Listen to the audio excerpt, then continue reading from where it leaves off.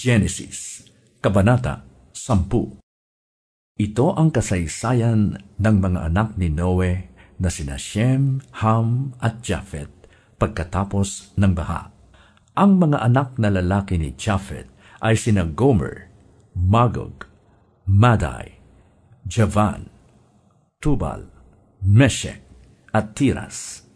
Sina Askenaz, Rifat at Togarma ang mga anak na lalaki ni Gomer. Ang kay Javan naman ay sina Elisha, Tarsis, Kittim at Rodanim. Ito ang mga anak at apo ni Japhet. Sa kanila nagmula ang mga bansa sa baybay dagat at mga pulo. Bawat isa'y nagkaroon ng sariling lupain at wika. Ang mga anak na lalaki ni Ham ay sina Cus, Ehipto, Libya at Kanaan.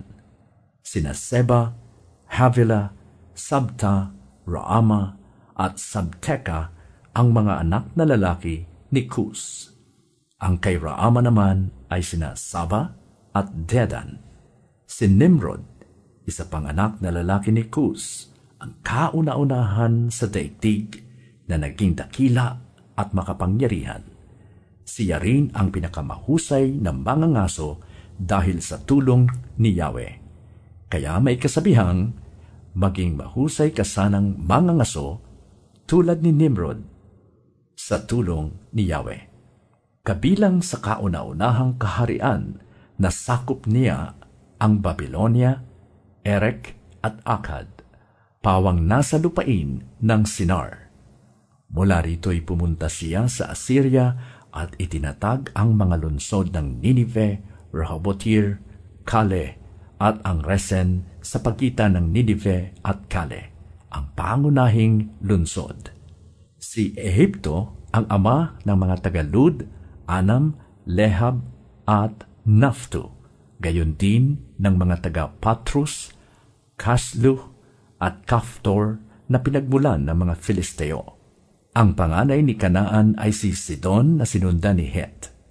Kay Kanaan din nagmula ang mga Jebuseo, Amoreo, Gergeseo, Hivita, Araseo, Sineo, Arvadeo, Zemareo at Hamateo. Simula noon kung saan-saan nakarating ang mga Kananeo. Mula sa Sidon, ang kanilang hangganan sa gabing timog ay umabot sa Gerar na malapit sa Gaza. Sa gawing silangan naman, umabot sila sa Sodoma, Gomorrah, Adma at Zeboim na malapit sa Lasa. Ito ang lahi ni Ham na nanirahan sa iba't ibang lupain at naging iba't ibang bansa na may kani-kanilang wika. Si Shem ang nakatatandang kapatid ni Japhet, ang pinagmulan naman ng lahi ni Heber. Ang kanyang mga anak ay sina Elam, Ashur, Arphaxad, Lud at Aram. Ang mga anak naman ni Aram ay sina Uz, Hul, Geter at Mas.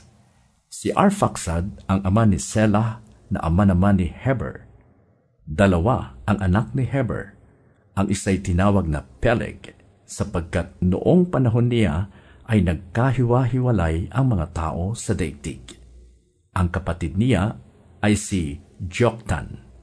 Si Joktan ang ama ni na Almodad, Shelef, Azarmavet, Jera, Hadoram, Uzal, Dikla, Obal, Abimael, Sheba, Ophir, Havila at Jobab. Sila ang mga anak na lalaki ni Joktan. Mula sa Mesya hanggang Sephar sa kaburulan sa silangan ang lawak ng kanilang lupain. Ito ang lahi ni Shem ayon sa kani-kanilang angkan, wika at bansa. Ito ang mga bansang nagmula sa mga anak ni Noe mula sa kanilang mga angkan. Sa kanila nagmula ang lahat ng bansa na lumaganap sa buong daigdig pagkatapos ng baha.